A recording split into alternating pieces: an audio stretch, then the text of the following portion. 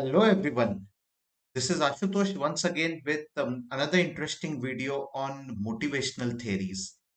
As project manager, change agents, or agile coaches, when we interact with our teams, when we interact with human beings, real human beings, I think what stands out a good leader from a not so good leader are the kind of motivational skills he or she applies in their coaching journey.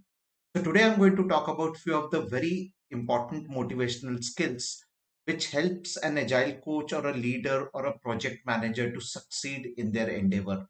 Now, these are not the only motivational theories which are available. There are many more, but I have tried to list down some of the important ones as a part of this video.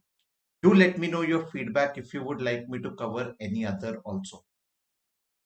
By the way, on a side note, you get a lot of questions on this in a PMP certification program, or if you're going in for PMI ACP certification, you get a lot of questions on these motivational theories, and they are not straightforward questions. They are a scenario based question. So you might be given a scenario or a play from a project, and you will have to interpret the theory which is being used there. So let us directly jump into what are the different motivational theories and how, as the leaders, we can apply and we can benefit from this. So the first motivational theory which I'm going to talk about is what we call it as a theory X and a theory Y. This is one of the very popular theories created by a person called or a social scientist called Douglas McGregor. Now, this theory talks about the types of leaders we can have or the types of managers we can have. So, a theory X manager is inherently a manager who does not believe that his or her team members will be able to do the work. In fact, such kind of a manager always believes that team members have to be constantly micromanaged. They have to be observed very carefully because inherently there is a tendency to avoid work from team members' point of view. So that's theory X for you. On the other hand, we have a completely different personality of a manager called theory Y. And theory Y managers are those managers who inherently believe that team members are self-organized, self-motivated, and you need not actually do a micromanagement on them. If you ask me personally, is theory X bad and theory Y good? Not necessarily. Sometimes the circumstances forces a person or a leader to behave like a theory X manager. It could be a critical client deliverable, or it could be that there is a flagship project what we are doing for which we need to ensure that the deliverables are timely shared with the client. So you cannot just label a theory X manager to be a bad manager and theory Y manager to be always a good manager. All right, let us move to the next theory, which I'm pretty sure everyone has heard about it, everyone might have used it, everyone would have studied it. And this is the very famous theory by Abraham Maslow, Maslow's hierarchy of needs or the Maslow's pyramid. Now, this pyramid is one of the hallmarks of motivational theory. What this pyramid says is that every human being has got certain aspirations, and you have some aspirations which are at the bottom of the pyramid, and then there are some aspirations which actually taper as we move along our career. For example, at the extreme bottom of the pyramid, you can see what we call it as the physiological needs. Physiological needs are the basic needs which every human being requires. You also need it, I also need it: food, clothing, shelter. Once those needs have been fulfilled, a human being aspires to go to the next tier of the Maslow's hierarchy of need, which is your safety need.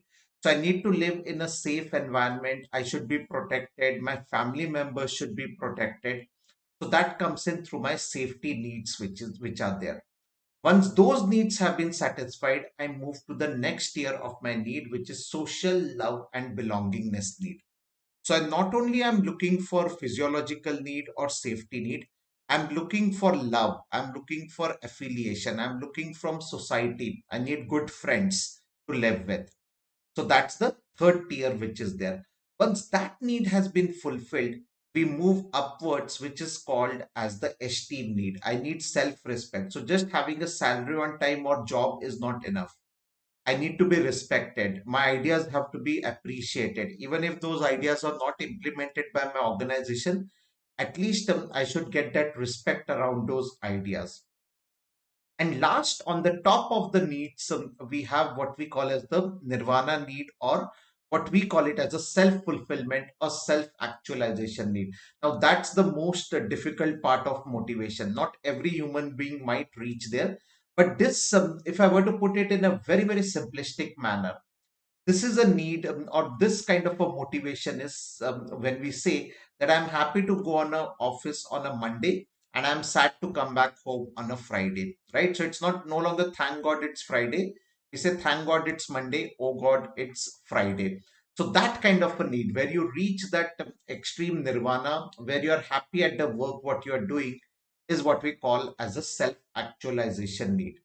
So as a project manager, one question obviously will come is that, I mean, why should I study this? Or as a leader or as an agile coach, why is it important for me to know about these needs? Because if you don't know where exactly is your motivation for your team members, you may not be able to motivate them. For example, my team member might be having a deficiency of safety need. And I, as a leader, try to motivate him or her by providing an esteem need. It is not going to work. I need to ensure that there's a proper calibration where each of my individual team member is. And accordingly, I need to apply this framework and suggest a motivational tool for them. So let us move ahead. And the next motivational theory we have, it's a Herzberg two-factor theory. Now, Herzberg came out with this theory wherein he talked about two important factors which motivates an employee. As you can see in this picture, we have what are called as the hygiene factors or basic factors. And then we have what are called as the delighters or exciters which are there. So what are those hygiene factors? Hygiene factors are the basic factors which are expected in any job or in any position. For example, having a proper sitting area, having a proper place, or a ventilated place, right? Getting salary on time, right? Having water facilities, having washroom facilities. So those will come under hygiene factors. What are delighters? Delighters are something beyond the hygiene factors which an organization is willing to provide to its employees. For example, it can be a free transport facility, it can be free food, it can be bonuses, or it can be gifts, some annual gifts which organizations gives to the employees. So those will come under delighters. Now, if you plot these two factors, like as you can see in this picture, on x-axis you have the delighters or motivators which are there on a scale of low to high, and on y-axis also you have hygiene factors on a scale of low to high. The worst spot to be in an organization is the what we see there as a orange color one, right? A low motivation and low hygiene factor, the one which is at the extreme left bottom side. If you tend to be in such an organization, I'm pretty sure that you won't stay there for long, because the hygiene factors are low and even the motivational factors are low. So you usually tend to go upwards, which means you at least ensure that you join an organization where at least the hygiene factors are on the higher side. Even if the motivation is on the lower side, at least the basic hygiene factors are taken care of, which is where we go on top, which is a bottle green color box, what you see, which is high hygiene factor and comparatively lower motivational factors which are there. You might also want to move right hand side to that orange color box. But the problem with that is that although the motivational level in such organizations is high, the basic hygiene factor is missing, right? And this is something very interesting, right? I mean, what kind of organizations these can be? The red color box, where the motivation level is high, but hygiene factors are bare minimum. And again, you might not stay in such an organization for long. This predominantly can be, I mean, with due respect, it can be an organization which is just started in its business. So they're not, I mean, there's more of an aspirational value to be in such an organization. But as such, they're short of funds and they're just trying to regroup themselves and go into the next level.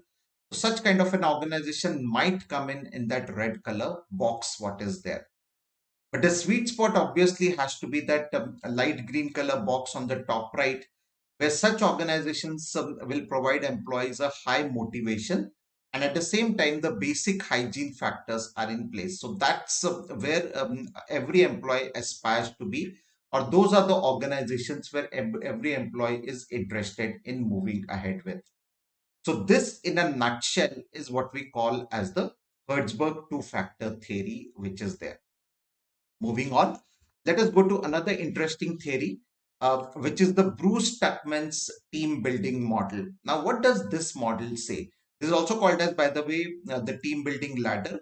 This model says that every team goes through a journey, and this journey goes along through a forming stage, through a storming stage, a norming stage, a performing stage, and an adjourning stage.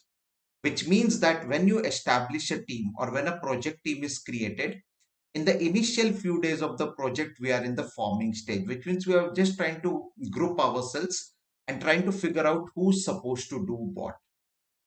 If we have not worked before, we tend to have a kind of a glass ceiling amongst each other, which means the team members are not free as they should be in the forming stage of the project. In the storming stage of team building, work starts, which means you do your work, I do my work. We do interact, but that interaction is predominantly restricted to formal interaction through meetings and discussions related to the project work. Now, when the team transcends and when the team grows, what we also see is that the team might enter into a norming stage. Norming stage is a stage where we try to understand each other's work.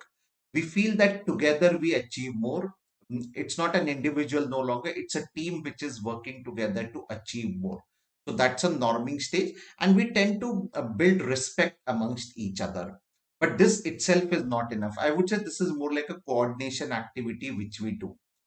The next stage is a performing stage. So in a performing stage, we find that the team members tend to help each other. Okay, so they tend to basically collaborate towards problem solving. And the last but not the least stage is the adjourning stage. Now, what they say is that if your team has actually reached a performing stage, you should not adjourn the team. Adjourning the team means you are dismantling the team and we are free to go to other projects which are there.